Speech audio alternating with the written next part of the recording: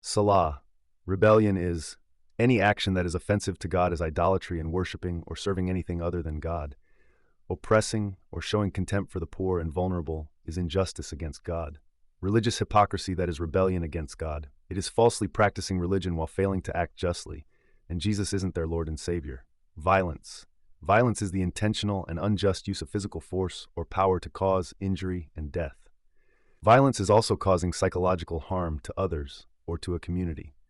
Divination. Evil practices and guidance from evil spirits, or people who seek guidance through any forbidden means according to the Bible. These things are considered as rebellion in a biblical sense. These are spiritual offenses against God. These are actions that deliberately show a refusal to obey God and His divine authority.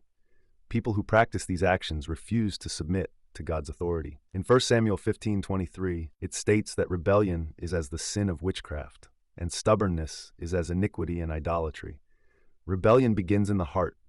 Rebellion is where there is a desire to be one's own boss, and when rebellion is acted out, it becomes disobedience to God's commands. Today, the offense against God can be seen in the current laws of the land, whether you see it online, in the news, and in the recent and relentless wars that are being fought. The violence is overwhelming. Violence comes in many forms.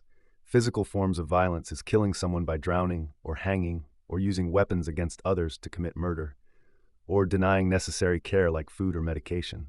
Forms of psychological and emotional abuse is to threaten, intimidate, and verbally abuse others. And controlling behavior of certain groups, political parties, and political leaders is abusive. There's also sexual assaults, including rape and secondary victimization, or rape cover-ups. There's economic and financial abuse, which includes controlling a person's access to money. Structural and systemic conditions.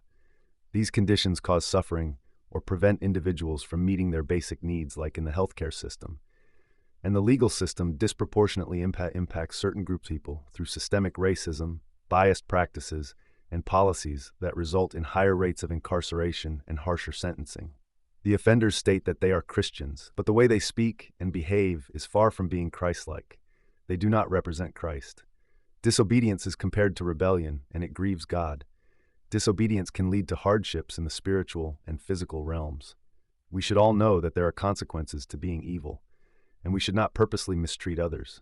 Consequences of rebellion and disobedience to God includes God's judgment and a lack of His blessings. In Matthew 13:41-42 states that the Son of Man shall send forth His angels, and they shall gather out of His kingdom all things that offend, and them which do iniquity, and shall cast them into a furnace of fire. There shall be wailing and gnashing of teeth. Let's pause and reflect.